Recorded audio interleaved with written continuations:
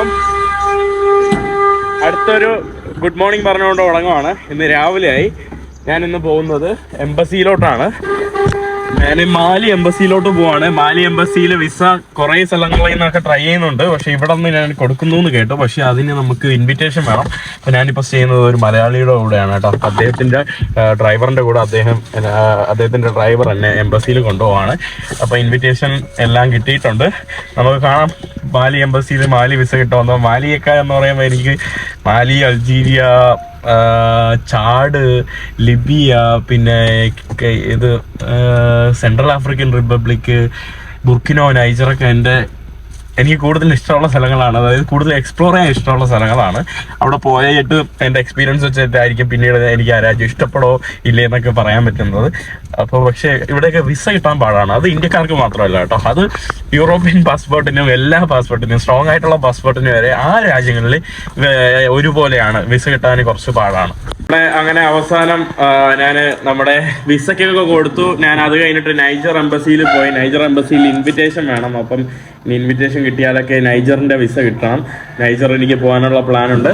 നമ്മുടെ ഞാൻ പറഞ്ഞ മലയാളിയുടെ സുഹൃത്താണ്. Hello, how are you? How are you? I'm good. Thanks for accompanying me. It's a good country for you, Senegal. Yeah, it is very nice country. You like it? Yeah, it's very nice. Yeah. We're friend. Yeah. You're my son. Okay. അപ്പൊ നമ്മള് അദ്ദേഹത്തിന്റെ കൂടെ ഇരുന്ന് ഇവിടെ ചിക്കനും റൈസും ഒക്കെ കഴിക്കുവാണ് കേട്ടോ. Chicken rice. പിന്നെ ഇതെന്താ? What is the food name of this food? The name is Chebugina. Chebugina എന്ന് പറയുന്ന. Cheb is rice. Gina is chicken. Yes. ഗിന ചിക്കനും ചേബ് റൈസും. ചെബോഗിന കണ്ടില്ലേ? ഇതാണ് കേട്ടോ ഇവരുടെ ഭക്ഷണം. നമ്മളിപ്പോ പോകുന്നത് നമ്മുടെ അറ്റ്ലാന്റിക് സമുദ്ര തീരത്തിനോട് ചേർന്നാണ്. നമ്മുടെ ഉത്തര അറ്റ്ലാന്റിക് സമുദ്ര തീരമാണ് നമ്മുടെ സെനഗലിലെ കടല്.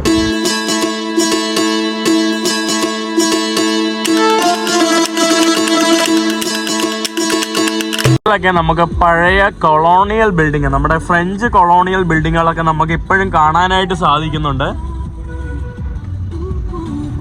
ഇനി പോവാൻ വേണ്ടി പോകുന്നത് ഇവിടുത്തെ ഗോരി ഐലൻഡ് എന്ന് പറയുന്ന ഒരു ഐലൻഡിലോട്ടാണ്. ഏകദേശം 3 കിലോമീറ്റർ എന്തോ ഇവിടെ ഡാക്കറിൽ നിന്ന് കടലിൽ നമ്മുടെ അറ്റ്ലാന്റിക് കോസ്റ്റിൽ സ്ഥിതി ചെയ്യുന്ന ഒരു ചെറിയൊരു ഐലൻഡ് ആയിരുന്നു. പണ്ടത്തെ സ്ലേവ് ഐലൻഡ് ആയിരുന്നു. അതായത് ആഫ്രിക്കയുടെ പല കരകളിൽ നിന്നും പല മെയിൻലാൻഡിലെ രാജ്യങ്ങളിൽ നിന്നും സ്ലേവിനെ യുദ്ധങ്ങളിൽ നിന്നും പല സംഭവങ്ങളിൽ നിന്നൊക്കെ പിടിച്ചെടുക്കുന്ന ആളുകളെ അവർ സ്ലേവ് ആയിട്ട് ഈ ഒരു ഐലൻഡിലോട്ട് കൊണ്ടുവരും. എന്നിട്ട് ഇവർ ഇവിടെ നിന്ന് അമേരിക്കൻ കോണ്ടിനെന്റിലോട്ട് കയറ്റി അയക്കുന്ന ഒരു പരിപാടിയുണ്ട്. അപ്പോൾ ആ ഒരു ഐലൻഡിലോട്ടാണ് ഇപ്പോൾ പോകുന്നത്.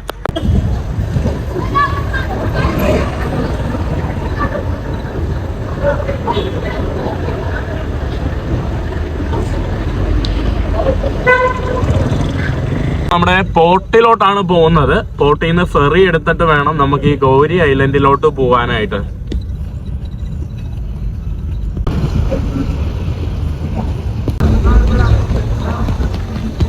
വിദേശ സഞ്ചാരികളെല്ലാം ആദ്യം പോകുന്ന ഒരു സംഭവം ഈ കാണുന്ന ഒരു ഐലൻഡിലോട്ടാണ്. അതുകൊണ്ട് തന്നെ ധാരാളം വിദേശ സഞ്ചാരികൾ നമുക്കിവിടെ കാണാനായിട്ട് സാധിക്കും കേട്ടോ. മാത്രമല്ല നമ്മള് വിദേശികൾക്ക് $9 കേട്ടോ കൊടുക്കേണ്ടത്. അതായത് 720-750 രൂപ അടുപ്പിച്ചാണ് ഫെറിക്ക് കൊടുക്കേണ്ടത്. ഇവിടുത്തെ ആളുകൾക്ക് അത്രയില്ല. ഇവിടുത്തെ ആളുകൾക്ക് ഒരു 200 രൂപയുടെ അകത്തേ ഉള്ളൂ. പോർട്ടിന്റെ ഉള്ളിലോട്ട് പ്രവേശിച്ചിട്ടുണ്ട്. ഞാൻ ഇവിടത്തെ പണ്ടത്തെ 1914 പണി കഴിപ്പിച്ചിട്ടുള്ള ഇവിടുത്തെ ഫ്രഞ്ച് കൊളോണിയലിസത്തിന്റെ ഭാഗമായിട്ട് അന്നുണ്ടാക്കിയ ഇവിടെ ദക്കാറിൽ നിന്ന് അങ്ങ് മാലി കഴിഞ്ഞ് നൈജർ വരെ പോകുന്ന പണ്ടത്തെ ഒരു ട്രെയിൻ ഉണ്ടായിരുന്നു. അതിന്റെ ഒരു റെയിൽവേ സ്റ്റേഷൻ കാണിച്ചു തരാം. കാണുന്നതാണ് അന്നത്തെ ഫ്രഞ്ച് കൊളോണിയലിസത്തിന്റെ സമയത്ത് അവരുണ്ടാക്കിയ ഒരു ട്രെയിൻ സ്റ്റേഷൻ. നല്ല രസമുണ്ട് കേട്ടോ. മനോഹരമായിട്ടുള്ള ഒരു റെയിൽവേ സ്റ്റേഷൻ.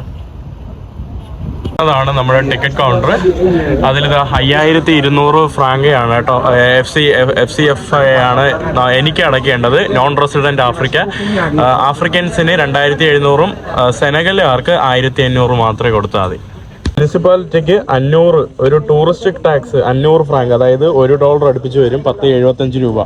ാണ് നമ്മുടെ ടിക്കറ്റ്. 5200-ഉം പിന്നെ ഒരു നമ്മുടെ ഇത് എല്ലാം കൂടെ ഒരു 6000 അടുപ്പിച്ചാണ്. അതായത് $10, 900 രൂപ, 850.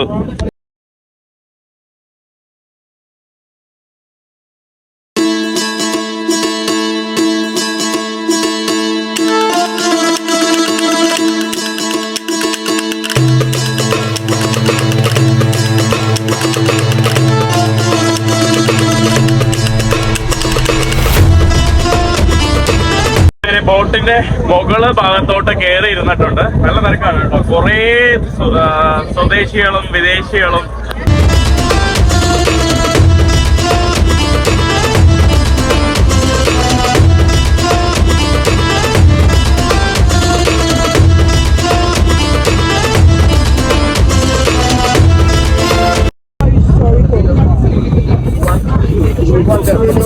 That's the only one. But there's a lot of talking.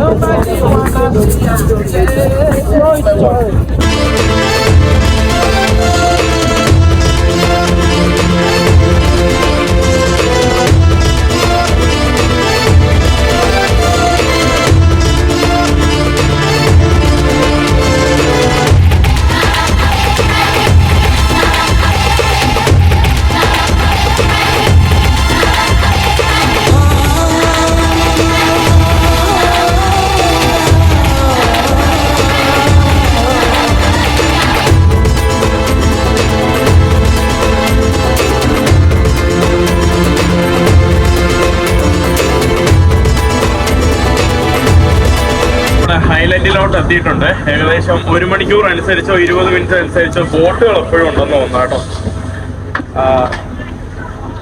നല്ല വെയിലുണ്ട് കേട്ടോ.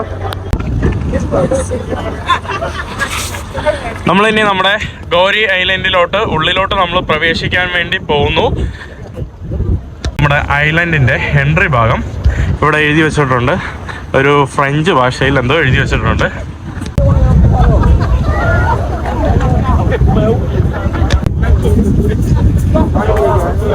വരുന്ന ആളുകളെ എല്ലാം പിടിക്കാൻ വേണ്ടി ഇവിടെ ധാരാളം ആളുകൾ ടൂറിസ്റ്റിന് ഗൈഡൊക്കെ ആക്കാൻ വേണ്ടി ധാരാളം പയ്യന്മാരിവിടെ ഉണ്ട്. ഇവിടെ ചെറിയ ചെറിയ കപ്പലണ്ടി കടകള്, ഇവിടെ ചെറിയ കോഫി ഷോപ്പുകള്,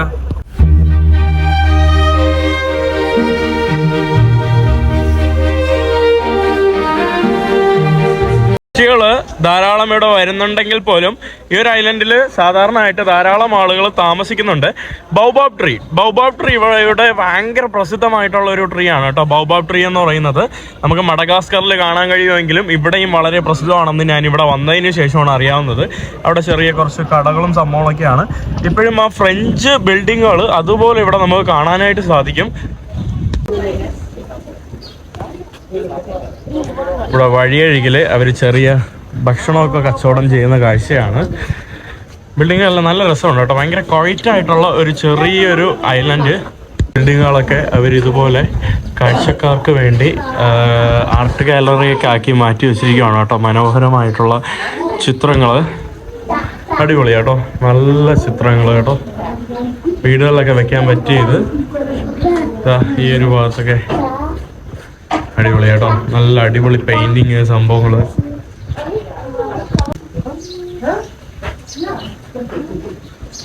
അത് സാധാരണ ഇവരുടെ ഒരു വീടാണ് കേട്ടോ. അതിനെ ഇവർ ഗാലറി ആക്കി മാറ്റി വെച്ചിരിക്കുന്ന കാഴ്ചയാണ്. അടിപൊളി കേട്ടോ. നല്ല രസമുണ്ട്. ാണ് നമ്മുടെ ഗോരെ ഐലൻഡിലെ പണ്ടത്തെ നമ്മുടെ മിലിറ്ററി ഹോസ്പിറ്റലാണ്. പണ്ട് ഇവിടെ കൊളോണൈസേഷന്റെ സമയമായിരുന്നപ്പോൾ അന്ന് ഇവിടുത്തെ ഇവരുടെ പട്ടാളക്കാർക്കൊക്കെ വേണ്ടിയുള്ള അവരുടെ മിലിറ്ററി ഹോസ്പിറ്റലാണ്. പിന്നെ അവിടെ നമുക്ക് കാണാൻ പറ്റുന്നത് ഒരു ചർച്ചാണ് കേട്ടോ. ഇവിടെ ഒരു ക്രിസ്ത്യൻ ദേവാലയമുണ്ട്.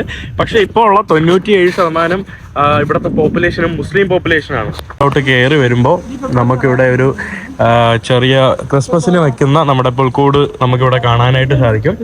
ഞാൻ പള്ളിയുടെ ഉള്ളിലോട്ട് കയറി നോക്കട്ടെ എങ്ങനെയാണെന്ന്. ഇംഗ്ലീഷ് സെന്റ് ചാൾസ് ബൊറോമെ ഗോരെ, അതാണ് കേട്ടോ ഈ ചർച്ചിന്റെ പേര്.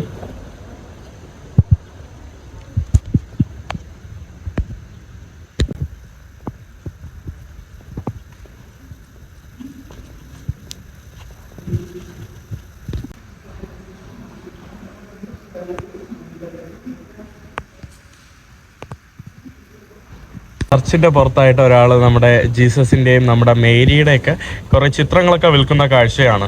ആക്ച്വലി ഭയങ്കര ക്യൂരിയസ് ആയിട്ടുള്ള ഒരു സംഭവമാണ് കേട്ടോ. ഒരു സ്റ്റാറ്റിക്സ് ആണ്. സാധാരണ എൻ്റെ യാത്രകളിൽ എന്ന് പറയുമ്പം യൂറോപ്പ് അല്ലാത്ത സ്ഥലങ്ങളിൽ കേട്ടോ, യൂറോപ്പിനെ കുറിച്ചല്ല ഞാൻ കൂടുതലായിട്ട് പറയുന്നത്, അല്ലാത്ത സ്ഥലങ്ങളിൽ സ്പെഷ്യലി ക്രിസ്ത്യാനിറ്റി ഉള്ള സ്ഥലങ്ങളിൽ എന്ന് പറയുമ്പോൾ കൂടുതലായിട്ട് മതം ഫോളോ ചെയ്യുന്ന ആളുകൾ എന്നെ ഭയങ്കര ഹോസ്പിറ്റാലിറ്റി കാണിക്കുകയും ഭയങ്കര നല്ല സ്വീകരണമൊക്കെയാണ് നടത്താറ്. പക്ഷെ അതേസമയം ഒരു യൂറോപ്പിലെ ഒരു സ്റ്റാറ്റിസ്റ്റിക്സ് പ്രകാരം ഞാനത് വായിച്ച അനുസരിച്ച് കൂടുതൽ എയ്ത്തിസ്റ്റ് ആയിട്ടുള്ള ആളുകളാണ് കൂടുതൽ ആളുകൾക്ക് എന്താ പറയുക ഗീവിങ് ആയിട്ടുള്ളത്. എയ്ത്തിസ്റ്റ് അല്ലാത്ത റിലീജിയസ് ആയിട്ടുള്ള ആളുകൾ എന്ന് പറയുമ്പോൾ അങ്ങനെ ആളുകൾക്ക് കൊടുക്കില്ല കേട്ടോ. അതേസമയം അത് യൂറോപ്പിലല്ലാതെ വേറെ പല കോണ്ടിനെന്റിൽ പോയപ്പോൾ എനിക്ക് ഓപ്പോസിറ്റ് ആണ്. കൂടുതൽ ക്രിസ്ത്യാനിറ്റി കൂടുതൽ നല്ലപോലെ ഫോളോ ചെയ്യുന്ന ആളുകൾ കൂടുതൽ ഗീവിങ് ആയിട്ടാണ് എനിക്ക് തോന്നിയത്. അതിൻ്റെ പ്രധാന കാരണം എന്ന് പറയുമ്പോൾ പണ്ട് നമ്മുടെ കത്തോലിക്കൻ സഭയിലെന്ന് പറയുമ്പം ഈ റിലീജിയൻ ഉണ്ടാക്കിയതെന്ന് പറയുമ്പോൾ തന്നെ കൂടുതൽ പണക്കാർക്ക് വേണ്ടിയാണ്. പണക്കാർക്ക് കൂടുതൽ പദവിയും പണം കിട്ടാൻ ഈ കത്തോലിക്കൻ സഭ എന്ന് പറയുന്നത് വളരെയധികം എന്താ പറയുക ആളുകളെ ഇൻഫ്ലുവൻസ് ചെയ്തിട്ടുണ്ട്. അതുകൊണ്ട് തന്നെ മതത്തിൽ കൂടുതലായിട്ട് ചേരുന്നവർ എന്താ പറയുക ഈ ഒരു കൂടുതലായിട്ട് വലിയ എന്താ പറയുക പണവും കൂടുതൽ പ്രസിദ്ധിയൊക്കെ ഉള്ള ആളുകളായിരുന്നു. എനിക്കൊന്നും അതുകൊണ്ടാണ് ഞാനിവിടെ കണ്ടത്. ഈ കാണുന്നത് ഒരു സ്ലേവിൻ്റെ പഴയ ഐലൻഡ് ആയിരുന്നിട്ട് പോലും അവിടെ വളരെ പ്രൗഢിയോ പോലെ അന്നൊരു കത്തോലിക്കൻ പള്ളി അവിടെ സ്ഥിതി ചെയ്തിരുന്നു. ഇവിടെ മിലിറ്ററി ഹോസ്പിറ്റലിന്റെ തൊട്ടിപ്പുറത്തായിട്ട് ഇവിടെ നമുക്ക് കാണാനായിട്ട് സാധിക്കുന്നത് ഇവിടെ കുറച്ച് ഇവരുടെ ട്രഡീഷണൽ ആയിട്ടുള്ള അല്ലെങ്കിൽ കുറേ സുവനീസ് ആയിട്ടുള്ള ഡ്രസ്സൊക്കെ വിൽക്കുന്ന കുറച്ച് കടകളും സംഭവങ്ങളൊക്കെയാണ് കേട്ടോ. ഇവിടുത്തെ ഒരു കച്ചവടക്കാരൻ പുള്ളിക്കാരന്റെ പെയിന്റിങ് വാട്ടർ പ്രൂഫ് ആണെന്ന് കാണിച്ചു തരുവാണ്. കൊള്ളാം കേട്ടോ, അടിപൊളി മനോഹരമായിട്ടുള്ള പെയിന്റിങ് കേട്ടോ. എല്ലായിടത്തും ഇതുപോലെ ഇവരുടെ കുറെ ഗാലറീസ് ഇങ്ങനെ വഴിയിൽ പ്രദർശിപ്പിച്ചിരിക്കുകയാണ്. അവരുടെ തുണികൾ ഇതൊക്കെ ഇങ്ങനെ വിൽക്കാനായിട്ടുള്ള സംഭവങ്ങളൊക്കെയാണ്. ഇവിടെ നമുക്ക് വഴി നിറയെ ബൗബാബ് ട്രീകളാണ്. മുഴുവൻ എന്താ ബൗബാബ് ട്രീകളുടെ മേളമാണ്. ഇതൊക്കെ ഒരു ഇതിനൊക്കെ എന്ന് പറയുമ്പോൾ 2000-2500 രൂപയൊക്കെ ആവും കേട്ടോ. ബാർഗെയിൻ ചെയ്യുമ്പോൾ നല്ല പ്രൈസ് കുറച്ച് കിട്ടും. ഞാൻ അവിടെ നിന്ന് ഒരാളുടെ അടുത്ത് ബാർഗെയിൻ ചെയ്തു പോലുമില്ല. ഇവിടെ നിന്നപ്പോൾ തന്നെ പുള്ളിക്കാരെ ആദ്യം 25,000 പറഞ്ഞു, പിന്നെ നേരെ പുള്ളിക്കാരൻ അതിൻ്റെ പകുതി പറഞ്ഞു. പക്ഷേ ഇത് ആക്ച്വലി ചിത്രങ്ങൾ കുറച്ച് പെയിന്റ്, ബാക്കി കൂടുതൽ ഇത് തുണിയാണ് കേട്ടോ. മുഴുവൻ ഇതുപോലെ ഇവരുടെ ആൻറ്റിക്സ് ഒക്കെ വിൽക്കുന്ന കടകളും നല്ല രസമാണ് കേട്ടോ. ഇവിടെ തന്നെ അതിൻ്റെ കൂടെ തന്നെ ഇവിടെ ലോക്കലായിട്ട് സാധാരണക്കാർ താമസിക്കുന്ന സംഭവങ്ങളൊക്കെയാണ് ഇവിടെയും കാണാൻ സാധിക്കുന്നത്. തൻ്റെ ആർട്ട് കൊണ്ട് നിർമ്മിച്ച കുറേ സംഭവങ്ങൾ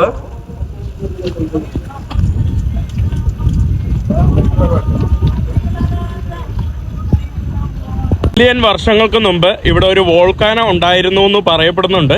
ആ വോൾക്കാനോ പൊട്ടി അതുകൊണ്ട് ഇവിടുത്തെ പാറക്കല്ലുകളൊക്കെ കണ്ടോ.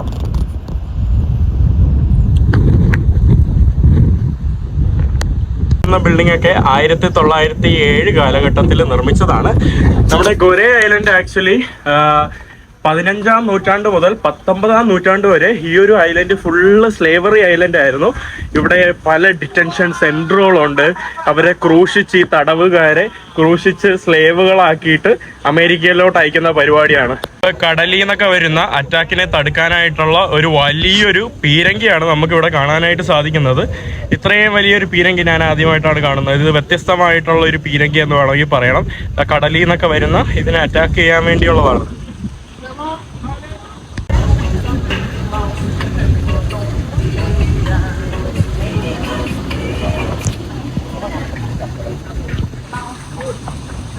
എണ്ണയിൽ ഉണ്ടാക്കുന്ന ഒരു കലാകാരൻ്റെ ആർട്ട് വർക്കുകളാണ് ഇവിടെ നമുക്ക് കാണാൻ സാധിക്കുന്നത്. ഇവിടെ നമുക്ക് ഇവരുടെ ഗൊരേ മെമ്മോറിയലാണ് നമുക്ക് ഇവിടെ ആയിട്ട് കാണാൻ സാധിക്കുന്നത്. ഒരു ആർട്ടിസ്റ്റിക് ലോകമാണെന്ന് തന്നെ പറയണം. എല്ലായിടത്തും ഇതുപോലുള്ള ടൂറിസ്റ്റിനെ ആകർഷിക്കുന്ന കുറേ ആർട്ട് വർക്കുകൾ സംഭവങ്ങളൊക്കെയാണ് നമുക്ക് ഇവിടെ കാണാനായിട്ട് സാധിക്കുന്നത്. ഇവിടെ നിന്ന് നമുക്ക് ഇവിടുത്തെ ഒരു പഴയൊരു ടോപ്പ് വ്യൂ കാണാൻ കഴിയുന്നുണ്ട്.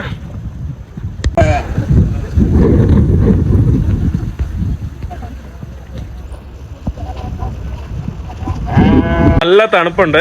ഞാൻ ജാക്കറ്റ് ഒന്നും എടുത്തിട്ടുമില്ല. നല്ല തണുപ്പ്, കുറേ മരങ്ങൾ, വെയില്, അത്യാവശ്യം നല്ലൊരു രസമുള്ള ക്ലൈമറ്റ് ആണ് കേട്ടോ. ഫുൾ അടിപൊളി കേട്ടോ. ഒരു ചെറിയൊരു അരമണിക്കൂർ കൊണ്ട് തന്നെ നമുക്ക് നടന്ന് തീർക്കാൻ പറ്റിയ ഒരു ചെറിയൊരു ഐലൻഡാണ്. പക്ഷെ അതിമനോഹരം. അവരതുപോലെ ക്ലീനായിട്ട് ഭയങ്കര മനോഹരമായിട്ട് ഇപ്പോഴും സൂക്ഷിക്കുന്നുണ്ട് ആ പഴയ കൊളോണിയൽ ബിൽഡിങ്സ് എല്ലാം തന്നെ. പണ്ടത്തെ ബിൽഡിങ്ങിൻ്റെ പഴയ ആ ഡോറുകളൊക്കെയാണ്. ആ ഒരു ഫ്രഞ്ച് ബിൽഡിങ്സിൻ്റെ ജനാലകൾ നമുക്ക് കാണാനായിട്ട് സാധിക്കും. അടിപൊളി കേട്ടോ. കുറേ ഇങ്ങനെ ചെടികളൊക്കെ വെച്ച് പിടിച്ച് മനോഹരമാക്കിയിട്ടുണ്ട്. അടിപൊളി വാള്. എല്ലായിടത്തും നമ്മുടെ ബൗബാബ് ട്രീകളാണ്. എല്ലായിടത്തും നമ്മുടെ ട്രീകൾ ഭയങ്കര പ്രസിദ്ധമാണ്. ഞാനിനി നമ്മുടെ ഹൗസ് ഓഫ് സ്ലേവിലോട്ട് പോവാണ്. ഹൗസ് ഓഫ് സ്ലേവ് ആണ് ഇവിടുത്തെ ഏറ്റവും വലിയ ഇമ്പോർട്ടൻ്റ് ആയിട്ടുള്ള ബിൽഡിങ്. അവിടെയാണ് പണ്ട് ഈ ഒരു സ്ലേവ്സിനെയൊക്കെ അവർ അടച്ച് തുറങ്കിൽ ഇട്ടിരുന്ന ഒരു സ്ഥലം എന്ന് പറയാനായിട്ട്. ഇവിടുത്തെ ഗ്രാമത്തിലെ ഇവിടുത്തെ ഐലൻഡിലെ ഒരു പ്രാഥമികാരോഗ്യ ഒരു കേന്ദ്രമാണ് കേട്ടോ. പ്രാഥമികാരോഗ്യ കേന്ദ്രമാണ് നമ്മളിവിടെ കാണാൻ സാധിക്കുന്നത്. എന്നതാണ് നമ്മുടെ സ്ലേവുകളെ അടച്ചിരുന്ന പണ്ടത്തെ ആ ഒരു ഹൗസ് ഓഫ് സ്ലേവ് ആണ് കേട്ടോ. ഒരു അരമണിക്കൂറിന്റെ വ്യത്യാസത്തിൽ അത് അടച്ചു. എന്നിരുന്നാലും ഞാൻ കുറച്ച് ഗൂഗിളിൽ നിന്നൊക്കെ കുറച്ച് ചിത്രങ്ങൾ നിങ്ങൾക്ക് കാണിച്ചു തരാം അതിനെക്കുറിച്ച്.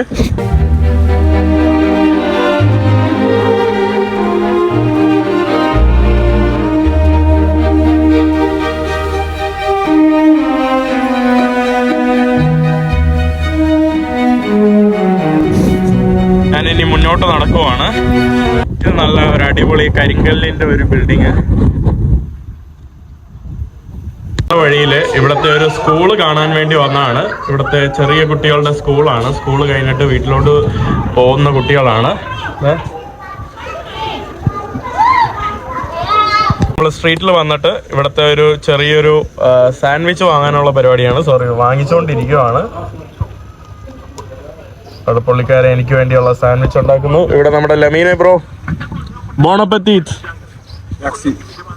അവസാനം നമ്മളിനി തിരിച്ചു പോവുകയാണ്. നമ്മുടെ ഗോറെ ഐലൻഡ് ടൂറൊക്കെ കഴിഞ്ഞു. ഗോറെ ഐലൻഡ് കഴിഞ്ഞ് നമ്മുടെ ട്രെയിൻ സ്റ്റേഷന്റെ ഭാഗത്തൂടെ നമ്മളിനി കുറച്ച് വീട്ടിലോട്ട് പോവുകയാണ്. ഈ കാണുന്നത് നമ്മുടെ ഇവിടുത്തെ ഇന്റർസിറ്റി ട്രാൻസ്പോർട്ടേഷനൊക്കെ നമുക്ക് ഇവിടുന്ന് നമുക്ക് കിട്ടും കേട്ടോ. അത്യാവശ്യം നല്ല ഫെസിലിറ്റി ഉള്ള ഒരു മെട്രോ റെയിൽ പോലത്തെ ഉള്ള സംവിധാനമൊക്കെയാണ് ഉള്ളിലുള്ളത്.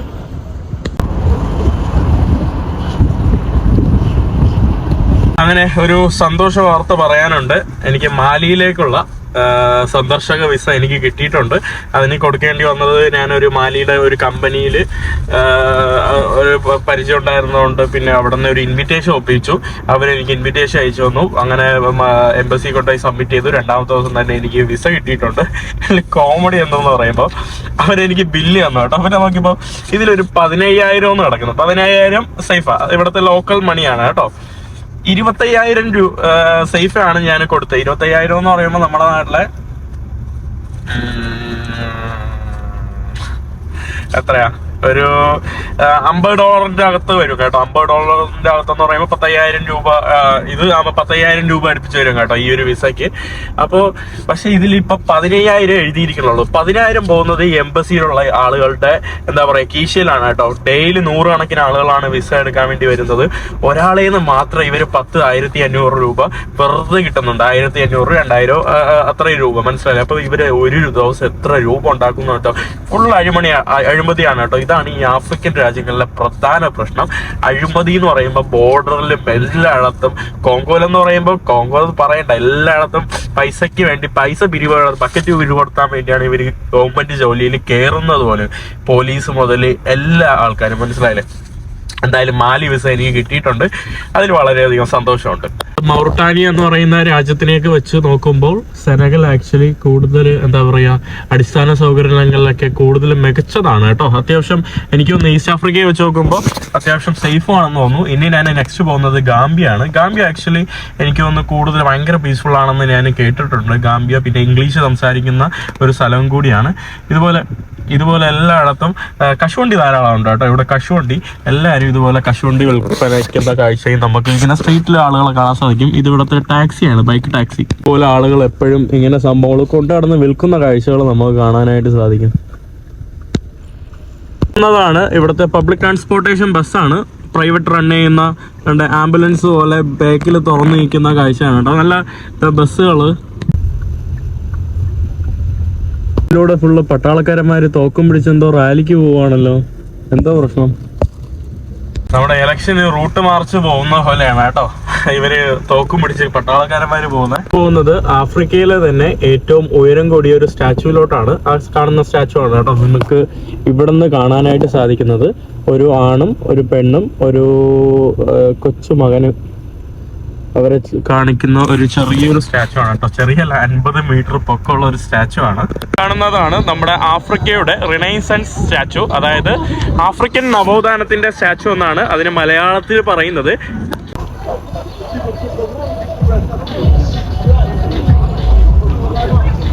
സ്റ്റാച്ചുവിൻ്റെ അടുത്ത ഭാഗത്തായിട്ട് ഇതുപോലുള്ള കുറേ ഷോപ്പുകളാണ്. ടൂറിസ്റ്റുകൾ അട്രാക്ട് ചെയ്യാൻ വേണ്ടിയുള്ള കുറേ ചെറിയ അവരുടെ ആഫ്രിക്കൻ മോഡൽ ഡ്രസ്സുകൾ, സംഭവങ്ങൾ, അങ്ങനത്തെ കുറേ ഇതൊക്കെ വിൽക്കുന്ന കുറേ ഷോപ്പുകളൊക്കെയാണ് കേട്ടോ. ഷോപ്പുകൾ, സ്റ്റാളുകളൊക്കെയാണ് നമുക്കിവിടെ കാണാനായിട്ട് സാധിക്കുന്നത്. അടുത്തായിട്ട് നമുക്ക് ധാരാളം ആഫ്രിക്കൻ രാജ്യങ്ങൾ, അതിൽ നമ്മുടെ 54 ആഫ്രിക്കൻ രാജ്യങ്ങൾ ഉണ്ടോയെന്നൊന്നും എനിക്കറിയില്ല. അതിൻ്റെയൊക്കെ ഫ്ലാഗാണ് കേട്ടോ എൻ്റെ പുറകിലായിട്ട് കാണുന്നത്. നമ്മുടെ അങ്കോള, നൈജീരിയ, ഉഗാണ്ട, ബോട്സ്വാന, അങ്ങനെ പല രാജ്യങ്ങൾ, അത് വെസ്റ്റേൺ സഹാറ, പല രാജ്യങ്ങൾ, നമ്മുടെ Congo, republic of Congo, Egypt, പല രാജ്യങ്ങളുടെ ഫ്ലാഗാണ് കേട്ടോ നിങ്ങൾ ഇവിടെ കാണാനായിട്ട് സാധിക്കുന്നത്. കാണുന്നത് നമ്മുടെ ഒരു നഗരത്തിൻ്റെ ബീച്ചുമായിട്ടുള്ള ഒരു ലോങ് വ്യൂ ആണ് കേട്ടോ. നമുക്ക് ഉയരത്തിൽ നിന്നുള്ള ഒരു ലോങ് വ്യൂ ആണ്. ഇവിടെ മൗറിട്ടാനിയയുടെ ഡ്രസ്സൊക്കെ ഇട്ട് ഒരു പയ്യൻ ഇവിടെ ഇരിക്കുവാണ് കേട്ടോ. ഈ കാണുന്ന സ്റ്റെപ്പ് കയറി ഞാൻ അവസാനം ഈ ഒരു മോണുമെന്റിന്റെ ഫ്രണ്ട് ഭാഗത്തോട്ട് വന്നിട്ടുണ്ട്. 2010 ഏപ്രിൽ 3-ാം തീയതി ഇവിടുത്തെ സെനഗൽ പ്രസിഡന്റ് ഇത് ഉദ്ഘാടനം ചെയ്തെന്നും ഈ കാണുന്ന രാജ്യങ്ങളിലെല്ലാം അവരുടെ ഗസ്റ്റുകൾ അവിടുത്തെ പ്രസൻസിലാണ് ഇത് ഉദ്ഘാടനം ചെയ്തതെന്നാണ് ഇവിടെ എഴുതി വെച്ചിരിക്കുന്നത്. ഇത് ഉള്ളിലോട്ട് കയറാനുള്ള ഒരു എൻട്രൻസ് പോയിന്റ് ആണ്. സ്ഥലത്ത് നല്ല കാറ്റാണ് കേട്ടോ. ആക്ച്വലി കുറേ ദിവസം കൊണ്ട് ഇതെന്ന് പറയുമ്പം 2010 ഇത് ഉദ്ഘാടനം നടന്നത്. പക്ഷെ ഇതിന്റെ വേറൊരു യഥാർത്ഥ ഒരു ഫാക്ട് എന്ന് പറയുമ്പോൾ ഇത് നിർമ്മിച്ചതെന്ന് പറയുമ്പോൾ നോർത്ത് കൊറിയൻ കമ്പനിയാണ് കേട്ടോ. നോർത്ത് കൊറിയൻ കമ്പനിയാണ് ഈ ഒരു വലിയൊരു പ്രതിമ ഉണ്ടാക്കിയത്. പിന്നെ ഇതിന് വലിയൊരു കോൺട്രവേഴ്സി ആയ ഒരു സംഭവമുണ്ട്. അതായത് 27 ബില്യൺ $, 27 ബില്യൺ അല്ല, സോറി, 27 മില്യൺ $, ചെലവാക്കിയാണ് ഈ കാണുന്ന ഒരു സംഭവമാക്കിയത്. 27 മില്യൺ $. അപ്പൊ അതൊക്കെ വെച്ച് നമ്മുടെ സ്റ്റാച്യു ഓഫ് യൂണിറ്റി ഒക്കെ അത്രയും പൈസ കൊടുത്തതിലൊന്നും ഒരു പ്രശ്നമല്ല. കാരണം മാത്രമല്ല, സ്റ്റാച്യു ഓഫ് യൂണിറ്റി കാരണം ആ ഒരു നാട് പുരോഗമിക്കുകയും ധാരാളം പൈസ കിട്ടുന്നുമുണ്ട് കേട്ടോ, തിരിച്ച് കിട്ടുന്നുമുണ്ട്. അപ്പൊ ഇതൊക്കെയാണ് സത്യത്തിൽ കാക്ക തൂറാൻ വേണ്ടി വെച്ചിരിക്കുന്നതെന്ന് വേണമെങ്കിൽ എനിക്ക് പറയാം. പക്ഷെ എന്നിരുന്നാലും ധാരാളം ടൂറിസ്റ്റുകൾ ഇത് കാണാൻ വരുന്നുണ്ട്. സെനഗലിൽ നമ്മുടെ സ്റ്റാച്യു ഓഫ് യൂണിറ്റി പോകുന്നതിനെയും കാട്ടി കൂടുതൽ ആളുകൾ ഈ ദാക്കർ വിസിറ്റ് ചെയ്യാൻ വരുന്നുണ്ട്. അവരെല്ലാം തന്നെ ഇവിടെ വരുന്നുണ്ട്.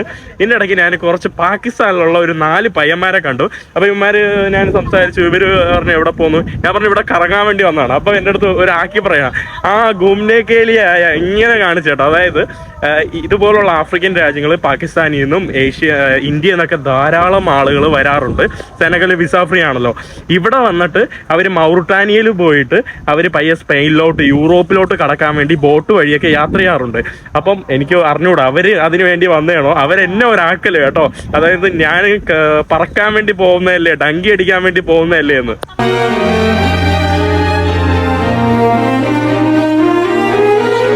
ഇവിടെ വാഷ്റൂമൊക്കെ ഉണ്ട്, പക്ഷെ ഫുള്ള് കോമഡിയാണ് കേട്ടോ.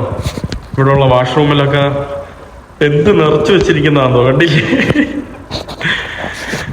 കുട്ടയൊക്കെ നിറച്ചു വെച്ചിരിക്കുകയാണ് ഇതില്. ഇവിടെ 27 മില്യണിന് ഉണ്ടാക്കിയതൊക്കെ എന്ന് പറയുമ്പോൾ എനിക്ക് തോന്നുന്നു കൂടുതൽ അതിന്റെ പകുതിയിലും മുക്കാലും കള്ളപ്പണമായിരിക്കണം. അതായത് ഇവന്മാരെ അടിച്ചു മാറ്റിയതായിരിക്കണം ഇവിടുത്തെ അന്നത്തെ ഭരിച്ചിരുന്ന ആൾക്കാർ. അതായിരിക്കണം യഥാർത്ഥ വാസ്തവം.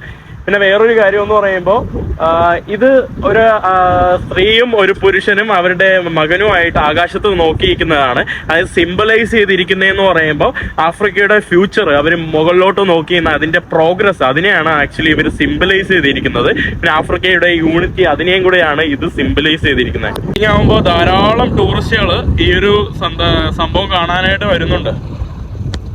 വെളുത്ത കാക്കയാണ് കേട്ടോ കാണുന്നത്.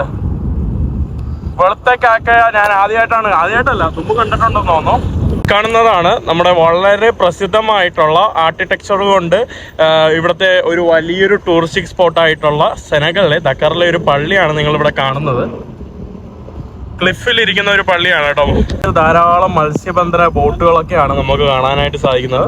അതിമനോഹരം കേട്ടോ ഈ ഒരു കോസ്റ്റൊക്കെ. ഒരു സെനഗലുകാരൻ തന്നെ എന്താ പറയുക, പുള്ളിയായിരുന്നു ഇതിൻ്റെ ഒരു ആർക്കിടെക്ചർ. പുള്ളി പണിത ഒരു സംഭവമാണ് കേട്ടോ. ഇതിനെ പറയുന്നത് മോസ്ക് ഓഫ് ഡിവിനിറ്റി എന്നാണ്. ഡിവിനിറ്റിയുടെ പള്ളി എന്നാണ് കേട്ടോ ഈ ഒരു പള്ളിയെ പറയുന്നത്. ധാരാളം ടൂറിസ്റ്റുകൾ വരുന്നുണ്ട്. പിന്നെ ആളുകൾ ഓടാനൊക്കെ വരുന്ന ഒരു സ്ഥലമാണെന്ന് തോന്നുന്നു കേട്ടോ. ധാരാളം ആളുകൾ ഇങ്ങനെ ഓടുന്നു, ചാടുന്നു. പിന്നെ ഇതിൻ്റെ ടോംബ് വളരെ വ്യത്യസ്തമായിട്ടുള്ളൊരു ടോംബ്, മിനാരത്ത്. പുള്ളിക്കാരെ കണ്ടില്ലേ അവിടെ തവള ചാടുന്ന പോലെ പ്രാക്ടീസ് ചെയ്യുന്ന കാഴ്ചയാണ് കേട്ടോ. നമ്മുടെ പള്ളിയുടെ ഉള്ളിലോട്ട് ഞാൻ വന്നിട്ടുണ്ട്. പച്ച ഇവരുടെ ഫ്ലാഗിന്റെ കളറൊക്കെയാണ് കേട്ടോ ഈ ഒരു പള്ളിക്കും കൊടുത്തിരിക്കുന്നത്. തറയിൽ ഫുള്ള് വെള്ള ടൈൽസ് പാകി വളരെ മനോഹരമായിട്ടുണ്ട് കേട്ടോ സംഭവം. ഇതാണ് ഇവിടുത്തെ ഒരു അട്രാക്ഷൻ എന്ന് പറയാനായിട്ട്. പള്ളി പണിയുന്ന സമയത്തുള്ള കുറച്ച് കാഴ്ചകളൊക്കെയാണ് കേട്ടോ. അതിൻ്റെ കുറച്ച് ചിത്രങ്ങൾ 1995 ചിത്രങ്ങളൊക്കെയാണ് കേട്ടോ. അന്നേ തുടങ്ങിയ പണിയാണ് കേട്ടോ. ഇതാ പിന്നെ ഇവിടെ ആയിട്ട് നമുക്ക് കാണാനായിട്ടുള്ളത് ഒരു മക്ബറയാണ് കേട്ടോ. നമ്മുടെ നാട്ടിലെ പോലെ തന്നെ ഇവിടെയും ധാരാളം മക്ബറകളുണ്ട്. ധാരാളം സൂഫി ആളുകൾ, അവരുടെ ഇതുപോലെ ആളുകളുടെ മക്ബറകൾ നമുക്ക് ധാരാളം കാണാൻ സാധിക്കും. ധാരാളം പേര് സൂഫി രീതിയിൽ മതം ഫോളോ ചെയ്യുന്ന ആൾക്കാരാണ് കേട്ടോ. സൂഫിക്ക് വലിയ പ്രാധാന്യമുണ്ട് ഇവിടെ. നമ്മുടെ പള്ളിയുടെ താഴ്ഭാഗത്തായിട്ട് ഇവിടെ നമ്മുടെ മീൻ പിടിക്കുന്ന ആളുകളുടെ സ്ഥലവും അവരുടെ മീൻ വിൽക്കുന്ന ഇതൊക്കെയാണ് കേട്ടോ നമുക്കിവിടെ കാണാനായിട്ട്. അവരുടെ ഒരു ഫിഷിംഗ് വില്ലേജ് ആണ്. ഇവിടെ ഫുട്ബോൾ പ്രാക്ടീസ് ചെയ്യുന്ന കാഴ്ചയാണ് കേട്ടോ അവിടെ ആയിട്ട് നമുക്ക് കാണുന്നത്. കുറേ ആളുകൾ ഫുട്ബോൾ പ്രാക്ടീസ് ചെയ്യുക.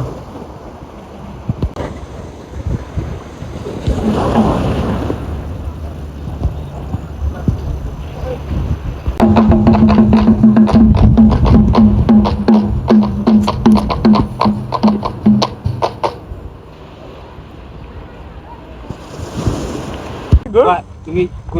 Okay, thank you. C'est pas comme on dit en anglais, mais merveille en fait. Okay. Mercy.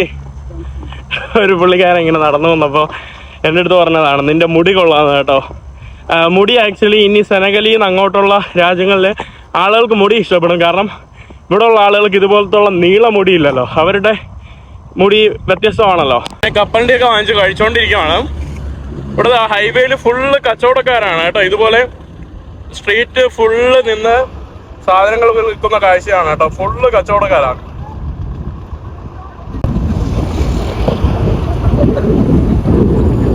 വൈകിട്ടാവുമ്പോൾ ഭയങ്കര ബ്ലോക്കാണ്. ഞാൻ നടന്ന് ഇനി പോവുകയാണ് കേട്ടോ വീട്ടിലോട്ട്. ഇവിടെ എല്ലായിടത്തും ഇതുപോലെ ഫ്ലൈ ഓവറിൻ്റെ അടിയിൽ മനോഹരമായിട്ടുള്ള ചിത്രങ്ങളൊക്കെ വരച്ചു വെച്ചിട്ടുണ്ട് കേട്ടോ. സെനഗൽ ആക്ച്വലി ദാക്കർ അത്യാവശ്യം എനിക്ക് ഭയങ്കര ഇഷ്ടപ്പെട്ടു. കുറച്ച് നാളായിട്ട് പുള്ളിക്കാരെ കുരങ്ങനെയും കൊണ്ട് നടക്കുന്ന നോക്കിയേ. അടിപൊളി കേട്ടോ. കുരങ്ങിനെ പെറ്റായിട്ട് കാണുന്ന ഒരു ബസ് സംവിധാനം വന്നിട്ട് കുറച്ച് നാൾ മാത്രമേ ആയിട്ടുള്ളൂ. ഇതെല്ലാം ചൈനീസ് ഇൻവെസ്റ്റ്മെന്റ് ആണ് കേട്ടോ. ഇലക്ട്രിക് ബസ്സാണ്. റോഡിന്റെ നടുക്കൂടെ ബസ്സിനും എമർജൻസി ആയിട്ടുള്ള എനിക്ക് തോന്നുന്നു വെഹിക്കിൾസിന് മാത്രം അലോ ചെയ്യുന്ന ഒരു സംഭവമാണ് കേട്ടോ. അതുകൊണ്ട് അവിടെ ഒരു ബസ് പോകുന്ന ഒരു കാഴ്ച നമുക്ക് കാണാൻ സാധിക്കും. ആ കാണുന്നത് ഒരു ബസ്സാണ് കേട്ടോ. ഇത് ചൈനീസ് ഇൻവെസ്റ്റ്മെന്റ് ആണ്, ഇലക്ട്രിക് ബസ്സാണ്. ഇതുകൊണ്ട് തന്നെ ധാരാളം ഇവിടുത്തെ ട്രാഫിക് ബ്ലോക്കൊക്കെ വലിയ രീതിയിൽ മാറാനായിട്ട് സഹായിക്കുന്നുണ്ട് കേട്ടോ. ഇവിടെ നമ്മൾ ടിക്കറ്റ് കൗണ്ടറിൽ ഇവിടെ നമ്മൾ ടിക്കറ്റ് എടുത്തിട്ട് വേണം ഉള്ളിലോട്ട് കയറാനായിട്ട്. ആ ഒരു ഭാഗത്താണ് കേട്ടോ. ഇതാണ് നമുക്ക് ഉള്ളിലോട്ട് കയറാനുള്ള വഴി. കൊള്ളാം കേട്ടോ. ഭയങ്കര ആധുനികമായിട്ടുള്ള കുറേ സംഭവങ്ങൾ. പിന്നെ ഇവിടുത്തെ വേറൊരു സംഭവം എന്ന് പറയുമ്പോൾ ഞാൻ പോവാത്ത സാധനം ഇവിടുത്തെ ട്രെയിനാണ് കേട്ടോ. മെട്രോ പോലത്തെ ഉള്ള ഒരു ട്രെയിൻ സംവിധാനമാണ്. അത് ഞാൻ പോയിട്ടില്ല, ഇതിൻ്റെ അകത്ത് കയറിയിട്ടില്ല.